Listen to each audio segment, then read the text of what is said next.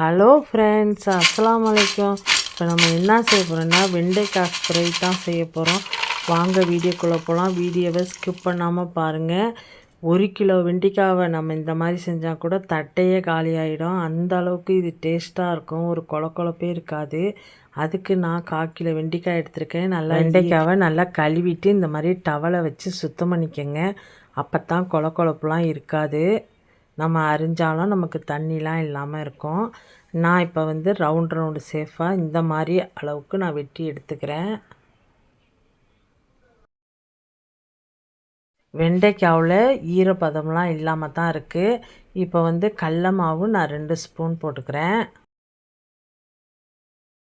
பச்சரிசி மாவு 1 ஸ்பூன் சேர்த்துருக்கேன்.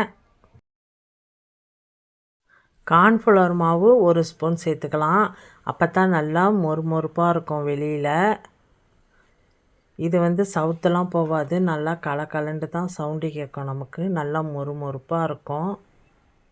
இப்போ உப்பு கொஞ்சம் சுள்ளுண்டு தான் நம்ம இதற்கு சேர்த்துக்கணும். அதனால் நான் ஒரு 1/2 ஸ்பூன் உப்பு போட்டிருக்கேன். இதுக்கு இந்த வெண்டைக்காய் வந்து கொஞ்சம் உப்பாக இருந்தால் தான் நல்லா சுள்ளுண்டு இருக்கும். இப்போ வந்து மசாலா போட்டுக்கலாம். நான் மிளகாய்த்தூள் ஒரு 2 ஸ்பூன் சேர்த்துக்கிறேன். அப்போ தான் உப்பு உரப்புலாம் நமக்கு நல்லா சுள்ளுண்டு இருக்கும். அதுக்காகத்தான் நான் 2 ஸ்பூன் மிளகாத்தூள் சேர்த்துருக்கேன். இப்போ மஞ்சத்தூள் ஒரு 1/2 ஸ்பூன் சேர்த்துக்கலாம்.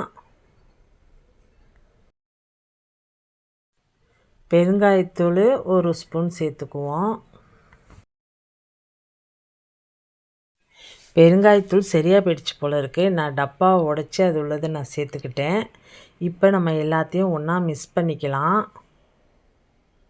இப்போ அந்த மசாலாவெல்லாம் எல்லாத்தையும் மிக்ஸ் பண்ணிக்கோங்க. இப்போ தண்ணிலாம் எதுவும் சேர்த்துடக்கூடாது.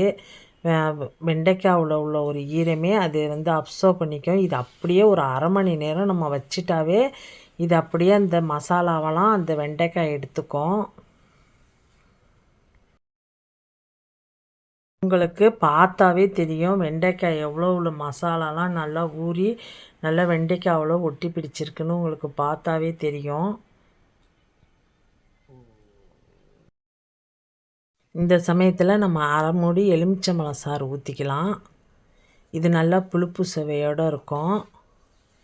இப்போ எல்லாத்தையும் நம்ம கலந்துட்டு இப்போ நம்ம இதை பொரித்து எடுத்துக்குவோம். இது இந்த மாதிரி வெண்டைக்காவை நம்ம 1 கிலோ செஞ்சு வச்சாலும் தட்டை காலி ஆகிடும். இது தயிர் சாப்பாட்டுக்கு சாம்பாருக்கெல்லாம் இது சைடிஷ்ஷாக ரொம்ப நல்லாயிருக்கும். இந்த மாதிரி நம்ம செஞ்சு வச்சுட்டு கூட அப்பப்போ நம்ம வறுத்து கொடுத்துக்கலாம். நல்லா மொறுமொறுப்பாக இருக்கும். இப்போ பாருங்கள், எண்ணெய் வந்து நல்லா சட்டியில் நல்லா எண்ணெய் காஞ்சிடுச்சு. இப்போ வந்து இதை நம்ம 2 பேட்சாக போட்டு பொரித்து எடுத்துக்குவோம். இப்போ எண்ணெய் நல்லா சூடு வந்துருச்சு. வெண்டைக்காய் ரொம்ப எண்ணெய் ஊற்றிலாம் பொரிக்க வேணாம். சும்மா கொஞ்சமாக நம்ம எண்ணெய் ஊற்றி பொரிச்சாவே போதும். இப்போ எல்லாத்தையும் போட்டுக்குவோம். கரண்டியை போட்டுறாதீங்க. ஒரு 5 நிமிஷம் கழித்து இப்போ இதை கிண்டி விடுங்க. இது ஒன்றோட ஒன்று ஒட்டவே ஒட்டாது. இப்போ பார்த்தாவே உங்களுக்கு தெரியும் மசாலாலாம் ஒன்று கூட உதித்தே போகல. எல்லாமே வெண்டைக்காவுலையே தான் இருக்குது. இது ரொம்ப காரசாரமாக சுள்ளுண்டு இருக்கும். பாருங்கள், இப்போ இதை நம்ம எடுத்துக்குவோம். இப்போ நம்ம இதை எல்லாத்தையும் அள்ளிடுவோம். அள்ளிட்டு நம்ம அடுத்த பேஜையும் நம்ம போட்டு பொரிச்சுக்குவோம். பாருங்கள், இப்போ நான் எல்லாத்தையும் பொரிச்சிட்டேன். இப்போ இது மேலே கொஞ்சோண்டு உப்புத்தூளும் கொஞ்சோண்டு மிளகாய்த்தூளும் தூவிக்குவோம். அப்போ நம்ம வந்து வெண்டைக்காயை கடிக்கும் போது நல்லா காரஞ்சாரமாக இருக்கும். உங்களுக்கு பார்த்தாவே தெரியும் எவ்வளோ மொறுமொறுப்பாக இருக்குன்னு. பாருங்கள், நான் இப்போ சவுண்டை காட்டுறேன். பாருங்கள் எவ்வளோ இது நல்லா மொறுமொறுப்பாக இருக்குன்னு உங்களுக்கு சவுண்டுலேயே நல்லா தெரியும். பாருங்கள், எல்லாம் இப்போ ரெடி ஆகிடுச்சு. சத்தத்தை கேட்டாவே தெரியும் எவ்வளோ மொறுமொறுப்பாக இருக்குண்டு. இந்த மாதிரி நீங்களும் ட்ரை பண்ணி பாருங்கள். இது வந்து தயிர் சாப்பாட்டுக்கு சாம்பாருக்கெல்லாம் இது சைடிஷ்ஷாக ரொம்ப நல்லாயிருக்கும். குழந்தைங்களுக்கும் செஞ்சு கொடுத்துருங்க. குழந்தைங்க வந்து வெண்டைக்காய் சாப்பிடாமல் இருப்பாங்க. இந்த மாதிரி செஞ்சு கொடுத்தா விரும்பி சாப்பிடுவாங்க. வெண்டைக்காயெலாம் நம்ம நம்ம உணவில் சேர்த்துக்கிறது ரொம்ப நல்லது. குழந்தைங்களுக்கெல்லாம் ஞாபக சக்தியை ரொம்ப தூண்டும். இந்த வீடியோ பிடிச்சிருந்தா லைக் பண்ணுங்கள், ஷேர் பண்ணுங்கள், கமெண்ட் பண்ணுங்கள். முக்கியமாக சப்ஸ்கிரைப் பண்ணிக்கோங்க. மீண்டும் இன்ட்ரெஸ்டிங்கான வீடியோவில் மீட் பண்ணுவோம். ஓகே, பாய்.